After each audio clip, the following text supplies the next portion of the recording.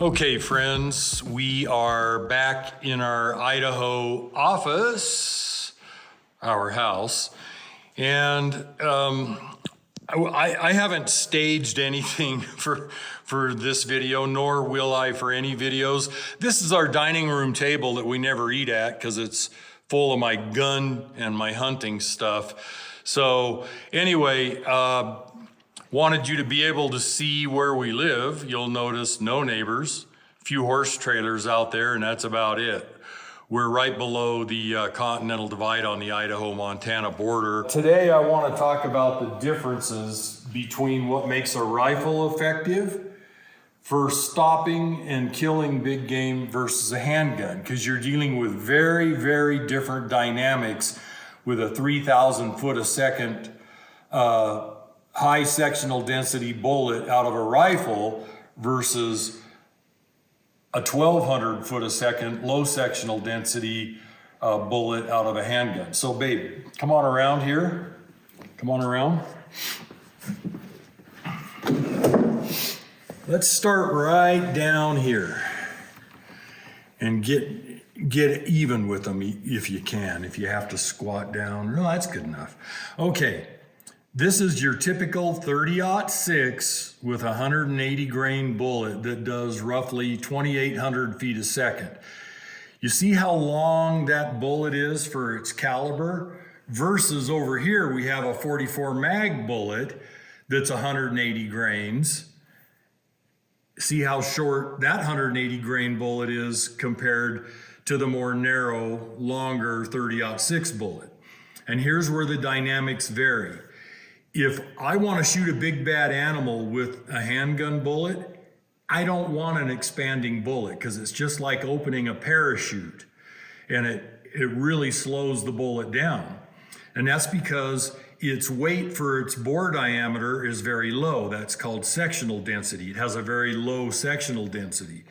This bullet, which is the same weight as the 44 bullet, this is a 308 diameter bullet for a 30-06 or a 308 Winchester or a 300 Winchester Magnum, same bullet.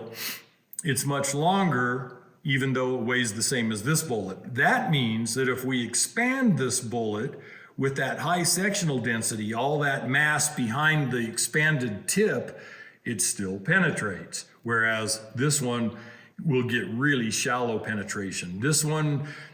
This bullet here, this 44 mag bullet, depending on how fast it hits your target media, this bullet is probably going to penetrate 14 inches in a human and expand like crazy. It'll be like 80 caliber.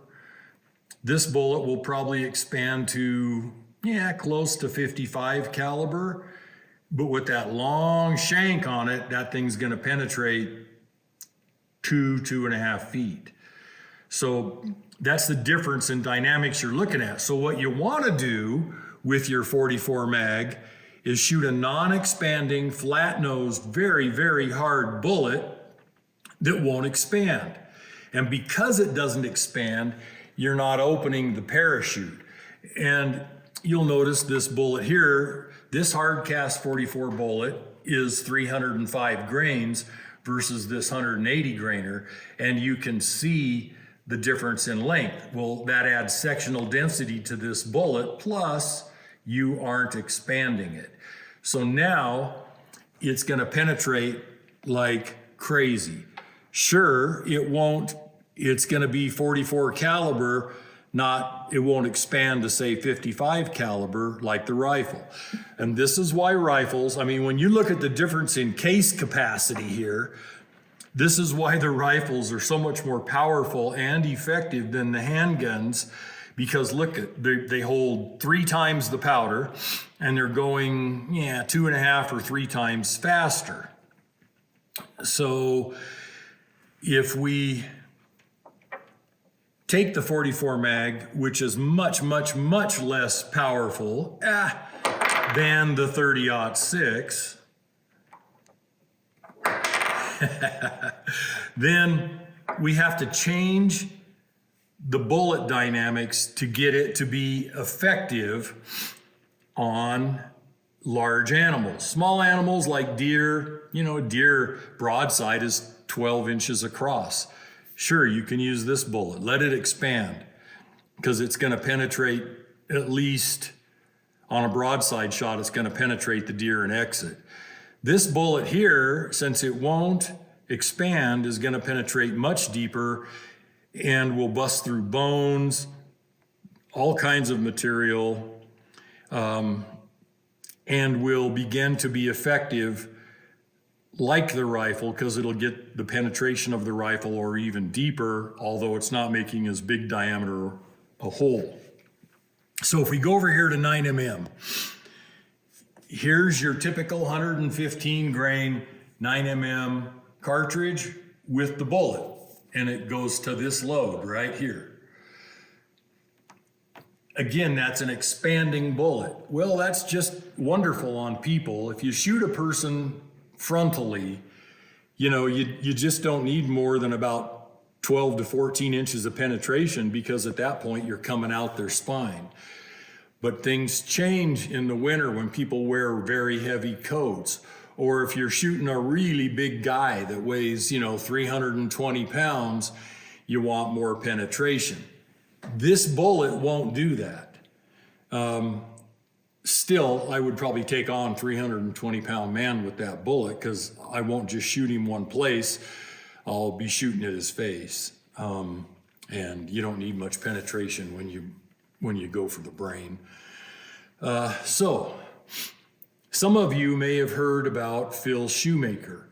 Phil Shoemaker killed an 800-pound or 900-pound bear with his 9mm while it had his clients knocked down laying in the grass on a fishing trip. Phil Shoemaker is a very famous brown bear guide in Alaska, on the Alaska Peninsula.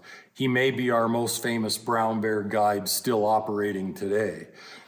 Well, Phil was carrying a 9mm pistol, but this hard cast outdoorsman load I designed specifically for people who want to carry their 9mm in the outdoors and defend against bears. It's not a good idea, because you're really underpowered. I mean, look at the difference in cartridge size between it and the 44 Magnum. And the 44 Magnum's underpowered for stopping bears. It works if the bullet design is right, so you get deep penetration. Well, that's what I did with this 9mm. I made a heavier 147 grain versus the 115 grains that these are and that box label is. And I ran it at plus P velocities, which is about 1,100 feet a second out of most handguns. And that thing will penetrate 3 feet because it won't expand. And I'll say a word about flat noses too. This is counterintuitive until you understand the dynamics of terminal bullet performance. Terminal means inside the animal or inside the target. Flat noses will not weave and wind through sinews and materials like a round nose or like a mushroomed round nose. Flat noses crush, so they do more damage, they leave a bigger wound channel, and that crushing action keeps the bullet from slipping and sliding, turning slightly sideways, and changing angles, which ensures super deep penetration. So we go flat nose, non-expanding bullets in handgun cartridges that we want to kill dangerous animals with. And in North America, dangerous animals that you need deep penetration for is kind of limited to, say, moose, maybe bison, but both of those, if you have any brains, you're not in a tangle with them anyway. And then your very large 800-pound and up bears, you need deep penetration, flat nose stuff, and you can't always, bears will attack out of nowhere if you surprise a female with her cubs sometimes. Other times they will actually bait you. Grizzly bears, I've had double back on me because they knew I was following them, and then they just lay down and wait in the bushes right beside their trail because they know you're coming. For that kind of animal, you need deep penetration because a grizzly bear is a large, thick animal. His organs are often tucked behind big, thick shoulder bones or thicker than normal skulls, to get to his brain.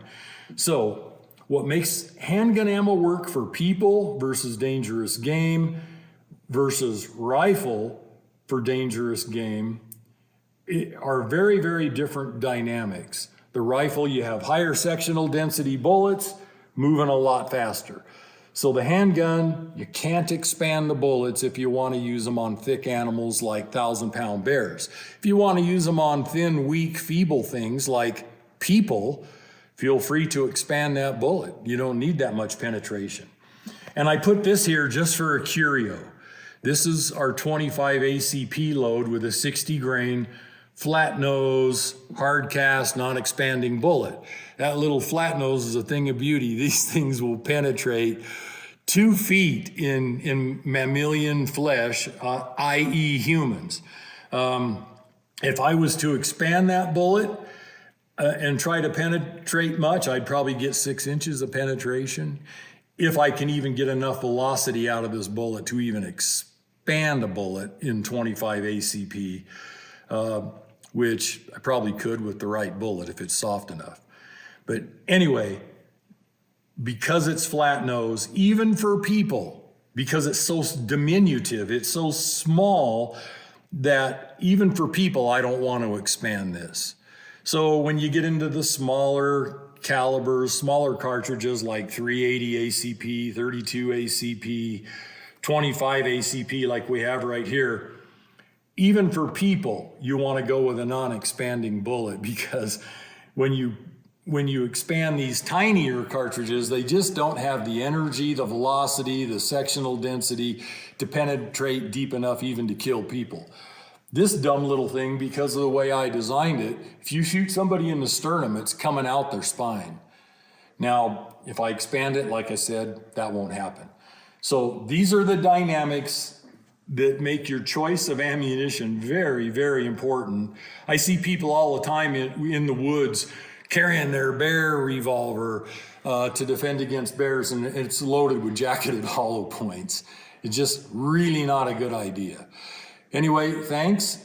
We hope this has been of some benefit, and God bless. Please have a good day.